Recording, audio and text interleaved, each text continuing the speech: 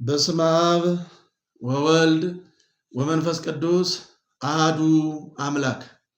እጅግ የተወደዳችሁና የተከበራችሁ የኢትዮጵያ ኦርቶዶክስ ተዋሕዶ ቤተክርስቲያን አባላት፣ የእግዚአብሔር ቤተሰቦች፣ በጌታችን በኢየሱስ ክርስቶስ ደም ኃጢአታችሁ፣ በደላችሁ፣ መተላለፋችሁ የታጠበላችሁ ለሰማያዊት መንግስቱ የተጠራችሁና የተመረጣችሁ የእግዚአብሔር ልጆች ምዕመናንና ምዕመናት እንደዚሁም ሕፃናት በያላችሁበት የዓለም ክፍልና ጥግ እንደምን አላችሁ? እንደምን ቆያችሁ? እንደምን አደራችሁ? እንደምን አመሻችሁ?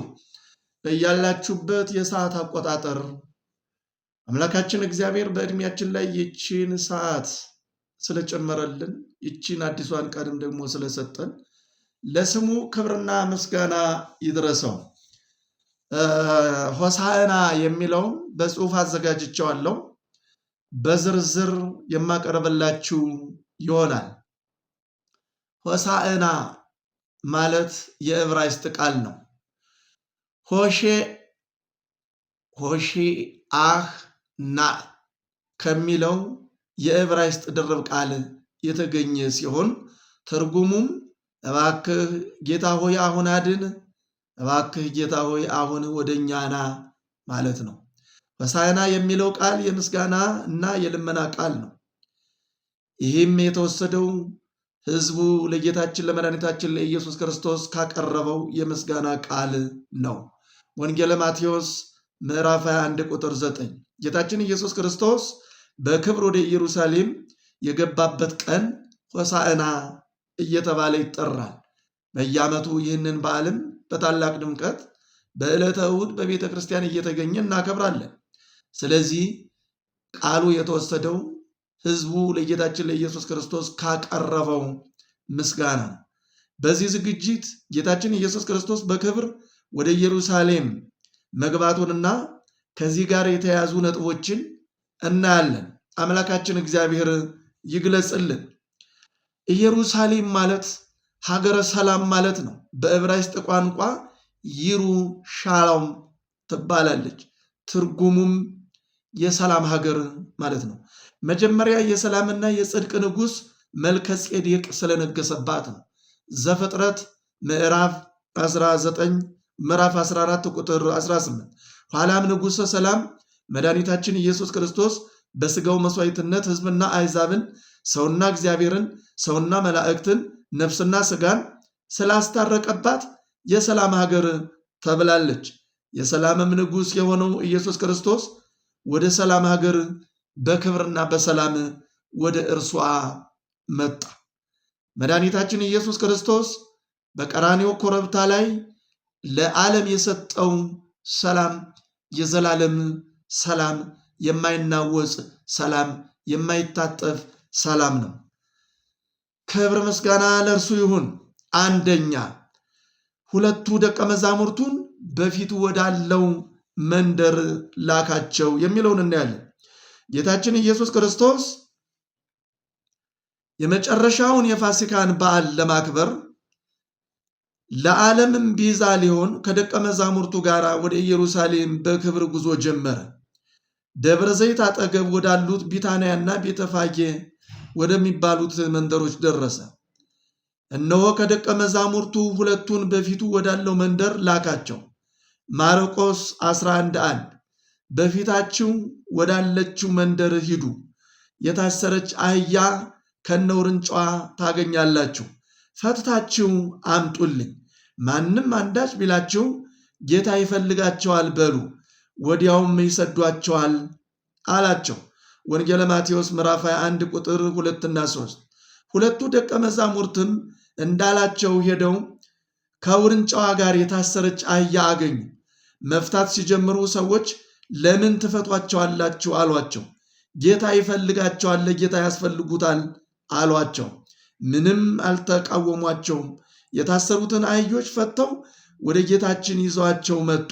ወንጌለ ማቴዎስ 21 6 እና 7 ማርቆስ 11 4-6 ጌታችን ኢየሱስ ክርስቶስ የእርሱ የሆኑትን ሲፈልግ የሚቃወም የለም። ጌታችን ኢየሱስ ክርስቶስ የታሰሩትን ሲያስፈታ የሚከራከር አይኖርም። ደቀ መዛሙርቱም ልብሳቸውን አውልቀው በአህዮች ጀርባ ላይ እንደ ኮርቻ አድርገው አዘጋጁለትና የክብር ንጉሥ ጌታችን ኢየሱስ ክርስቶስ በአህያ ጀርባ ላይ ተቀምጦ ጉዞውን ቀጠለ። ወንጌለ ማቴዎስ 21:7 የእርሱ ነገር ይደንቃል። በልደቱ ጊዜ በረትን የከብቶችን ማደሪያ ሉቃስ 2:7 በማዕድ ጊዜ ቤተ ኃጥአንን ወመጸባንን ማቴዎስ 26:6-7 ሉቃስ 19:5 ክብሩን ለመግለጽ ወደ ኢየሩሳሌም ጉዞ ባደረገ ጊዜ ለመጓጓዣ አህያን፣ በንግስናው ጊዜ የመርገም ምልክት የነበረውን መስቀልን ዘዳግም 21:23 በግራና በቀኝ የሚሰቀሉ ወንበዴዎችን ሉቃስ 23:33 መረጠ። ስለዚህ ነበረ ሐዋርያው ቅዱስ ጳውሎስ ከብዙ ዘመን በኋላ እግዚአብሔር ጥበበኞችን ሊያሳፍር የዓለምን ሞኝነት ብዙዎችንም ብርቶችንም ሊያሳፍር የዓለምን ደካማ ነገር ኃይለኛ የሆነውን ሊያጠፋ የዓለምን ምናምንቴ ነገር የተናቀውንም ነገር መረጠ ብሎ የተናገረው አንደኛ ቆሮንቶስ ምዕራፍ 1 ቁጥር 27 እና 28። አህዮች የማን ነበሩ? አረጋዊ ዮሴፍና እመቤታችን ጌታም ጭምር የፋሲካን በዓል ለማክበር ከገሊላ ስንቃቸውን በአህያ ጭነው መጡ። በዓሉ ተከብሮ ወደ አገራቸው ሲመለሱ አህያይቱን ግን ሌባ ሰርቋት ነበር። ይህችም አህያ ጌታዋ ባልሆነ ሰው እጅ ለብዙ ዘመናት ኖራለች። ጌታ በክብር ወደ ኢየሩሳሌም በሚገባበት ጊዜ አህያይቱ ከነውርንጫዋ ጋር በሰረቃት ሰው በር ላይ ታስራ ነበረች። ስለዚህ ነበረ አህዮችን ጌታ ይፈልጋቸዋል የሚለውን ቃል ከደቀ መዛሙርቱ ሲሰሙ በቦታው የነበሩ ሰዎች መቃወም ያልቻሉ። ሌባ የሰረቀውን ሲይዙበት ይስቃል እንጂ የኔ ነው ብሎ ሊከራከር አይችልም። ይህም ነገር ምሳሌነት አለው። ሌባው የዲያብሎስ፣ አህያ ከነውርንጫዋ የአዳምና የልጅ ልጆቹ፣ ደቀ መዛሙርቱ የካህናት ሐዲስ፣ ማሰሪያዋ የኃጢአት የቁራኝነት ምሳሌ ነው። ዲያብሎስ 5500 ዘመናት ሰውን በቁራኝነት አስሮት ኖሯል። ዲያብሎስ ያሰረውን ሰው እግዚአብሔር ፈለገው፣ ከእስራቱም ፈታው። ሉቃስ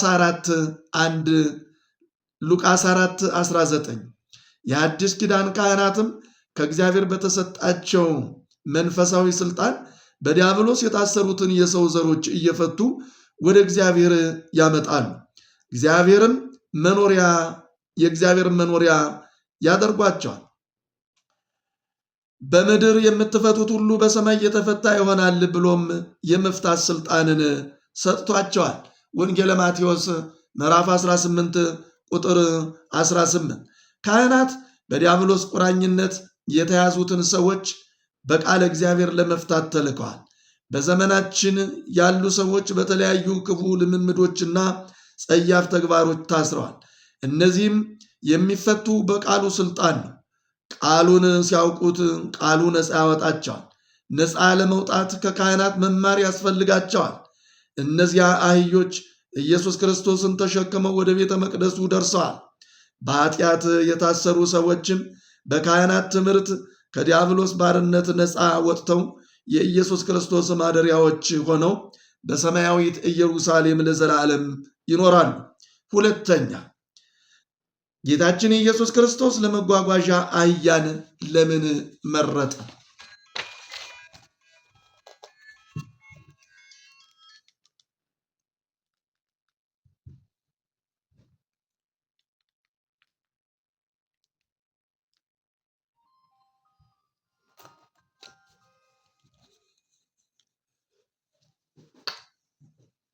አስቀድሞ ነቢዩ ዘካርያስ ለጽዮን ልጅ እነሆ ንጉሥሽ ጻድቅና የዋህ ሆኖ በአህያይቱና ውርንጫዋ ላይ ተቀምጦ ወደ አንቺ ይመጣል በሏት የሚል ትንቢት ተናግሮ ነበረ።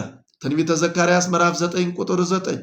ይህን ትንቢት ለመፈጸም አህያ የሰላም የዳዊት ዘውዳዊ ቤተሰብና የትሕትና ምሳሌ ነው። የብሉይ ኪዳን ነቢያት የጦር ዘመን ሲመጣ በፈረስ ላይ ተቀምጠው በእጃቸው ጦር ይዘው ይታዩ ነበሩ። የጦርነት ዘመን ይመጣል ሲሉ፣ የረሃብ የመከራና የሐዘን ዘመን ሲመጣ ደግሞ ጥቁር መጎናጸፊያ ለብሰው በጥቁር በቅሎ ላይ ተቀምጠው ይታዩ ነበሩ። የረሃብና የሐዘን የመከራ ዘመን መጣ ሲሉ፣ የሰላምና የደስታ ዘመን ሲመጣ ደግሞ በአህያ ላይ ተቀምጠው መነሳነሳቸውን ይዘው ይታዩ ነበር። የሰላምና የደስታ ዘመን መጣላችሁ ሲሉ፣ ጌታችን ኢየሱስ ክርስቶስም ሰው ከእግዚአብሔር የሚታረቅበት የሰላም ዘመን ሆኗል ሲል በአህያ ላይ ተቀምጦ ወደ እስራኤል መጥቷል። በመሆኑም አህያ የክርስቶስ ሰላም ምሳሌ ናት። ፈረስና ሰረገላ ደግሞ የጦርነት ተምሳሌቶች ናቸው። እርሱም በእነዚህ መሄድን አልመረጠም። እርሱ በሰላም አሸናፊ ንጉሥ ነውና። ወአጠፍ ሰረገላ ኤፍሬም ወአፍራሰ ይሁዳ፣ ሰረገላውን ከኤፍሬም ፈረሱንም ከይሁዳ አጠፋለሁ። ወያሃልቅ እንከ ቀስት ወቀትል ወይከውን እንከ ብዙ ሰላም። ቀስት ይሰበራል፣ ጦርነትም ይጠፋል፣ ለአሕዛብም ብዙ ሰላም ይሆናል ተብሎ ትንቢት ተነግሯል። ትንቢተ ዘካርያስ ምዕራፍ 9 ቁጥር 10። ጌታችን ኢየሱስ ክርስቶስ በሰውና በእግዚአብሔር መካከል የነበረውን የጥል ግድግዳ በመስቀሉ ሊያፈርስ መምጣቱን አስረዳ። ኤፌሶን ምዕራፍ 2 ቁጥር 14 እስከ 16።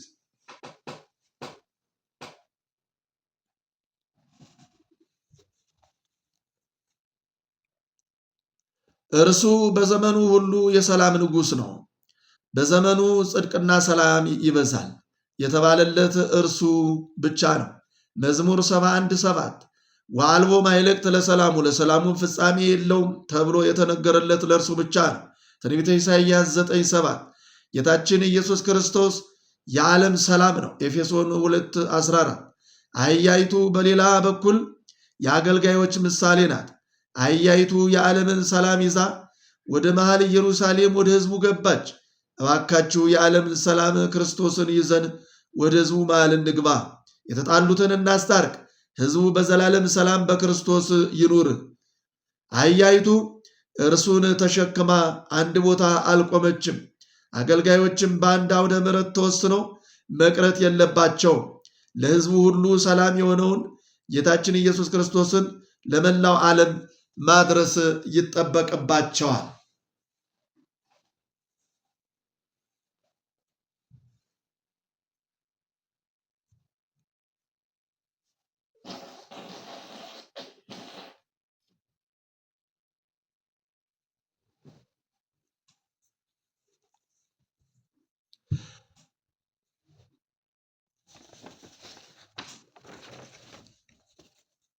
በአህያ ላይ ያለ ሰው ሸሽቷ ማምለጥ፣ አሳዶ መያዝ አይችልም።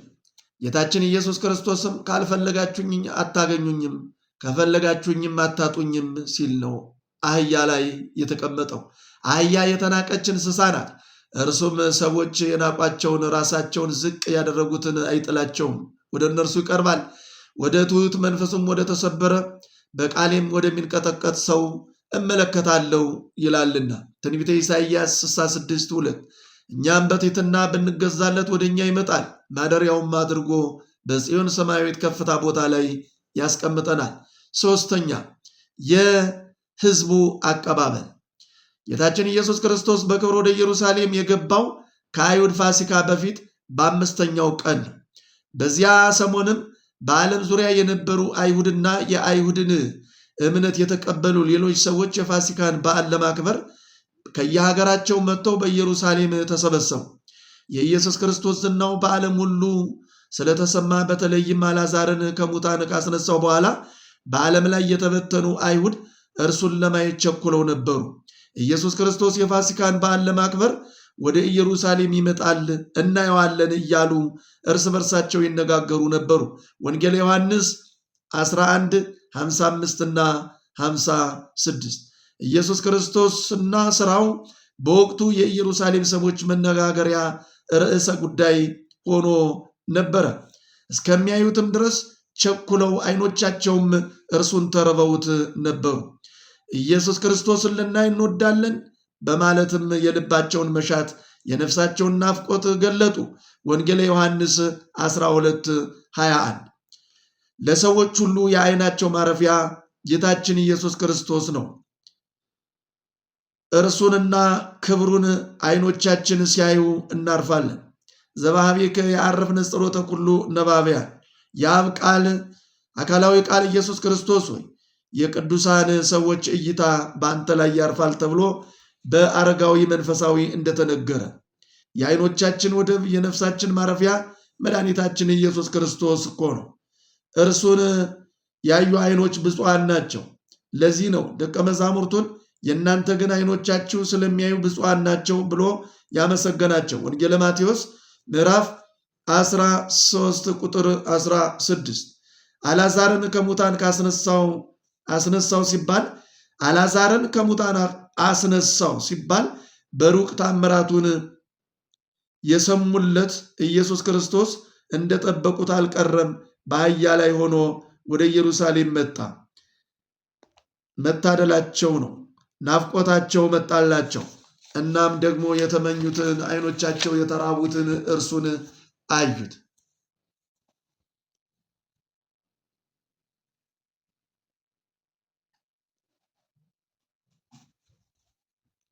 የለበሱትን ልብስ አውልቀው አነጠፉለት። እንግዲህ ልብስ ለሰው ልጅ ዋና ነገር ነው። በቅርብ ያለ ነገር ነው። ከዘመድ ከልጅ ከእናት ከአባት ይልቅ ልብስ ለራስ ይቀርባል። እጅግ የሚወዱትን እጅግ መከበሪያቸውን ከልብሳቸውና ከነፍሳቸው በላይ ለሚወዱትና ለሚያከብሩት ለኢየሱስ ክርስቶስ አነጠፉ። እስራኤል ባዩት ጊዜ የሚያደርጉትን አጡ። የደስታ እንባ ተናነቃቸው። እናቱ ለብዙ ቀናት ተለይታው የቆየች ሕፃን እናቱን ወደ እርሱ ስትመጣ ባየ ጊዜ ደስ እንደሚለው ሁሉ ደስ አላቸው። የለበሱትን ልብስ እያወለቁ በመንገዱ ላይ አነጠፉለት። ከሕዝቡም እጅግ ብዙዎቹ ልብሳቸውን በመንገድ ላይ አነጠፉ እንዳለ ማቴዎስ ምዕራፍ 21 ቁጥር 8።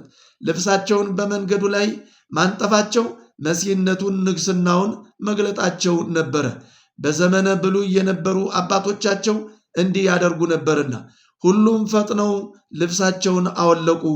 በሰገነቱ መሰላል ላይም ከእግሩ በታች አነጠፉ። ቀንደ መለከቱንም እየነፉ ኢዩ ነግሷል አሉ ይላል ሁለተኛ ነገሥት 9:13። ልብስ ራቁትነትን ይሸፍናል።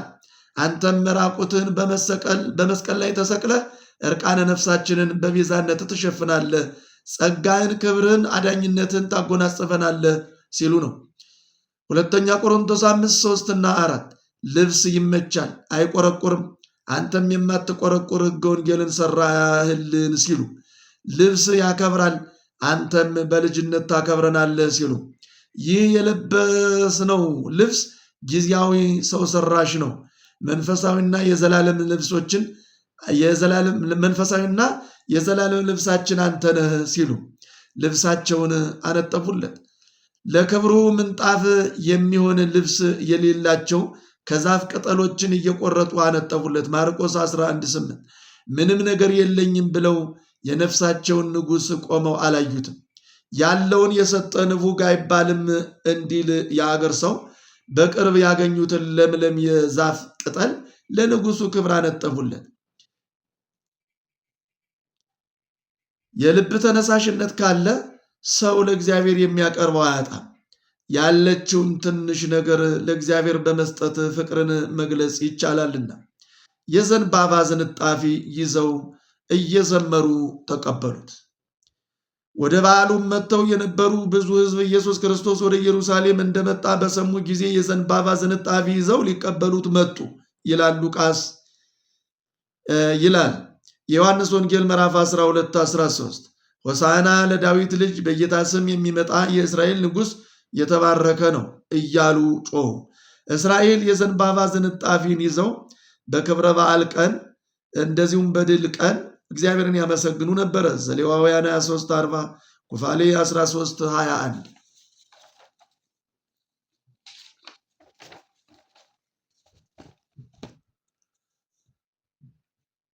በደስታ ቀን ዘንባባ ይዘው ይዘምሩ ነበሩ። ዮዲት 15:12 ዘንባባ የድል አድራጊነት ምሳሌ ነው። ከሕዝብና ከነገድ ከወገንና ከቋንቋ ሁሉ የሆኑ ብዙ ሰዎች ነበሩ። ነጭ ልብስ ለብሰው የዘንባባም ዝንጣፊ ይዘው በዙፋኑና በበጉ ፊት ቆሙ። በታላቅ ድምፅም እየጮኹ በዙፋኑ ላይ ለተቀመጠው ለአምላካችንና ለበጉ ማዳን ሆኗል አሉ። ራእይ 7:9 በምድራዊት ኢየሩሳሌም ሰዎች በዙሪያው ሆነው ሆሳዕና ብለው እንዳመሰገኑት በሰማያዊ ስፍራ የሚገኙ በደሙ የተዋጁ ቅዱሳንም ኢየሱስ ክርስቶስን በዚሁ አይነት ምስጋና ሲያመሰግኑት ይታያሉ። በምድር የተጀመረው አምልኮ በሰማይ ለዘላለም አይቋረጥምና እስራኤል የዳዊትን መንግሥት ይዞላቸው የሚመጣውን ንጉሥ በተስፋ ሲጠባበቁ ኖረዋል። በወቅቱ ገዢዎች የነበሩት ጲላጦስና ሄሮድስ የእስራኤል ተወላጆች አልነበሩም። የሰሜኑ ክፍል ገዢ የሆነው ሄሮድስ ኤዶማዊ ሲሆን የደቡቡ ገዢ ጲላጦስ ደግሞ ጴንጤናዊ ወይም የጳነጦስ ሰው ነበርና ሉቃስ 23 1-7 የአባታቸው የዳዊትን መንግሥት አጥብቀው ናፍቀዋል። ምክንያቱም በሮማ ቅኝ ገዢዎች የጭካኔ አገዛዝ ተይዘው ብዙ የእስራኤል ሽማግሌዎችና ሕፃናት በየመንገዱ በረሃብ ሲያልቁ ጠያቂ አልነበረም። ወገኖቻቸው ቤተ መቅደስ በአምልኮ ላይ እንዳሉ በጲላጦስ ተገድለው ደማቸው ከመሥዋዕታቸው ጋር ሲቀላቀል ለምን ይህ ሆነ ብሎ በሕግ ፊት የተከራከረላቸው አካል አልነበረም። ሉቃስ 13:1 የዳዊትን መንግሥት ተስፋ በማድረጋቸው በጌታ ስም የምትመጣ የአባታችን የዳዊት መንግሥት የተባረከች ናት እያሉ ይጮኹ ነበሩ ይላል። ማርቆስ 11:10 ካቀረቡትም ልመናና ምስጋና መረዳት እንደሚቻለው የሥጋ ነፃ አውጪ ብቻ አይደለም የፈለጉት የነፍሳቸውንም ጭምር እንጂ። ከፊትም ከኋላም ላሉት ለአረጋውያኑም፣ ለሕፃናቱም፣ ለድሆችም፣ ለሀብታሞችም መዝሙራቸው አንድ ነበር። ሆሳዕና ለዳዊት ልጅ በጌታ ስም የሚመጣ የተባረከ ነው፣ ሆሳዕና በአርያም የሚል ነው መዝሙራቸው። ማቴዎስ 21:9 በዘመናችን የእኛ መዝሙር ምነው ተለያየ? እኛስ በዘመናችን በመዝሙር ምነው ተለያየ? አንዱ ለእግዚአብሔር ሲዘምር ሌላው ለጣዖት፣ ሌላው ደግሞ ለቃልቻ ይዘምራል። የሁላችንም መዝሙር አንድ የሚሆነው በፈጣሪ ስም መዘመር ስንችል ብቻ ነው። ለጣዖት፣ ለቃልቻ፣ ለአድባር ሆነው ለአድባር ለቆሌ መዘመራችንን እናቁም። እንደ ቅዱስ ዳዊትና እንደ ቅዱስ ያሬድ ለእግዚአብሔር እንዘመር። እግዚአብሔር አምላካችን በፈጣሪነቱ አንድ ነው። ዘዳግም 6:4 ለእርሱ የምናቀርበው ምስጋና አንድ ይሁን። ዜማችን አንድ የቅዱስ ያሬድ ይሁን። ዝማሪያችን የመዝሙር ዕቃችን አንድ ይሁን። በእግዚአብሔር ስም እንስማማ።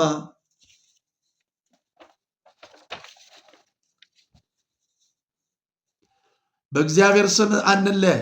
በመቅደሱ ዙሪያ ተስማምተን በአንድነት የቅዱስ ያሬድን የቅዱሳን መላእክትን ምስጋና ለእግዚአብሔር እናቀርብ። በዚህ ዘመን ያለን እኛ ከቀደሙ አባቶቻችን ጋር በመዝሙረ ክርስቶስ አንድ እንሆን። ቅኝቱ የመላእክት የሆነውን መዝሙራችንን ችላ አንበለው። የመላእክትን ዝማሬ ለአምላክ እናቀርብለት። ሃይማኖትን እንደ አባቶቻችን፣ ጥበብን እንደ ጊዜያችን እንጠቀም። በመዝሙር የተባበሩት እስራኤል እኔ ግን ንጉሴን በተቀደሰው ተራራዬ በጽዮን ላይ ሾምኩ ብለው ዘምረዋል። መዝሙር 2:6 የወቅቱን ገዢዎች ሽረው ንጉሳቸው ኢየሱስ ክርስቶስን በጽዮን በመዝሙራቸው እርሱን በማክበራቸው ሾሙ። ለዚህም መዝሙራቸው መነሻ የሆናቸው የአልዓዛር ከሙታን መነሳት ነበረ። አልዓዛርን ከመቃብር ጠርቶ ከሙታን ሲያስነሳው ከእርሱ ጋር የነበሩት ሕዝብ ሁሉ ይመሰክሩለት ነበረ። ሕዝቡ ይህን ምልክት እንዳደረገ ስለሰሙ ሊቀበሉት ወጡ እንዳለ ወንጌለ ዮሐንስ ምዕራፍ 12 17-18። ሆሳዕና ማለት አሁን አድን ማለት ነው። እኛንና ወገኖቻችንን ከመከራ፣ ከችግር፣ ከሕማም፣ ከደዌ አሁን አድን።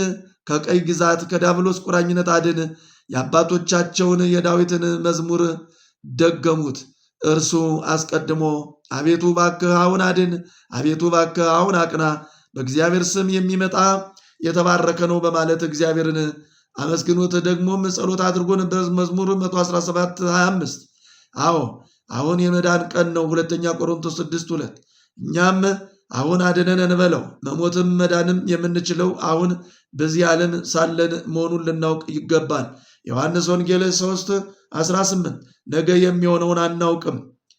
መጽሐፈ ምሳሌ 27:1 አሁን ይቅር በለን እንበለው። እኛ በዚህ ዓለም የአሁን ነን እንጂ የነገ አይደለንም። ማቴዎስ 6:33 እና 34 እግዚአብሔር ለእኛ ለማዳን የሰጠንን መድኃኒት አሁን እንውሰድ፣ አሁን ከእርሱ እጅ እንቀበል። ሉቃስ 4:23 አራተኛ የፈሪሳውያን ተቃውሞ። ሕዝቡ በዙሪያው ተሰብስበው በክብር አጅበው እየዘመሩ ሊቀበሉት አነገሱት። በዚህ ጊዜ ሰይጣን የካህናት አለቆችን ቀሰቀሰ። እነዚህን የሚዘምሩትን እየሰማህ ለምን ዝም ትላለህ? ዝም እንዲሉ ገስጻቸው አሉት። ወንጌለ ማቴዎስ 21:16 ሉቃስ 19:39 ይህ ሥራ ወይም ክፉ ቅናት የሰይጣን እንጂ የካህናት አልነበረም። እግዚአብሔር እንዳይመሰገን ከከለከሉ በምን አመካይተው ሕዝቡን ሊበዘብዙት ነው? መቼስ በቤተ መቅደሱ እግዚአብሔር ካልተመሰገነበት ዘፈን አይዘፈንበት። የሕፃናትንና የደቀ መዛሙርቱን መዝሙር በሰሙ ጊዜ ደማቸው ፈላ፣ በንዴትም ተቃጠሉ። ሎቱ ስብሐት ገስጻቸው ብለው የሰማይን አምላክ እርሱን ለማዘዝ ተነሱ። እርሱም መልሶ ከሕፃናት ጡትም ከሚጠቡት አፍ ምስጋናን ለራስ አዘጋጀ የሚለውን ከቶ አላነበባችሁምን? አላቸው። መዝሙር 8:2 በአገባቡ መናገር የማይችሉ የሚንተባተቡ ሕፃናት የሚሉት ሰው ባይሰማቸውም አምላካቸው ይሰማቸዋል። የእግዚአብሔር ምስክር የታመነ ነው፣ ሕፃናትን ጠቢባን ያደርጋቸዋል ይላል ቃሉ። መዝሙር 18:7 የሕፃናት ንጽሕናቸው እንደ መላእክት ስለሆነ ሰማይ ተከፍቶ መላእክት ሲያመሰግኑ እየሰሙ አብረው ያመሰግናሉና። በመቀጠልም እነርሱ እንኳን ዝም ቢሉ ድንጋዮች ይጮኻሉ አላቸው። ሉቃስ 19:40 የሥነ ፍጥረት ጌታ መሆኑን ሲያመለክታቸው ነው። ሰዎች ሲናገሩ ሰዎች ይሰማሉ። ልሳነ ሰብ የሰው ቋንቋ የሌላቸው ድንጋዮች ግን ቢጮኹ ከሰው ወገን የሚሰማቸው አይኖርም። አንድም እነዚህን እስራኤል ዝም ቢሉ በድንጋይ የተመሰለው አሕዛብ ያመሰግኑኛል ሲላቸው ነው። አንደኛ ጴጥሮስ 2:3 ውድ ይህንን ቃል የምትከታተሉ እኛ ማመስገን ባንችል እግዚአብሔር የሚያመሰግኑትን ሌሎችን ያስነሳል። የክብር ንጉሥ የሆነውን ኢየሱስ ክርስቶስን ልባችንን ከፍተን በክብር እንቀበለው። አቤቱ አሁን አድን ብለንም ወደ እርሱ እንጩህ። ሆሳዕና ተብለህ በአርያም መመስገን ይገባል እያለንም እናመስግነው። እናንተ መኳንንት በሮቻችሁን ክፈቱ፣ የክብር ንጉሥም ወደ እናንተ ይግባ ብሎ ንጉሥ ዳዊት እንደተናገረ መድኃኒታችን ኢየሱስ ክርስቶስ ራሳችንን ዝቅ አድርገን የምናገለግለው ከሆንን በአህያ የሚመሰሉ ትሑታን ናቸውና ወደ እኛ ወደ ልቡናችን ይመጣል፣ ወደ ሕይወታችን ይገባል፣ ወደ ቤተሰባችን ይገባል፣ ወደ ሀገራችን ወደ መንደራችን ይገባል። ስለዚህ በትሕትና እርሱን እናገልግለው። ይቆየን። እግዚአብሔር ከበዓሉ ረድኤት በረከት ያሳትፈን። በዓለ ሆሳዕናን የደስታ የፍቅር የአንድነት የሰላም በዓል ያደርግልን። ይቆየን። እግዚአብሔር በያላችሁበት ይባርካችሁ።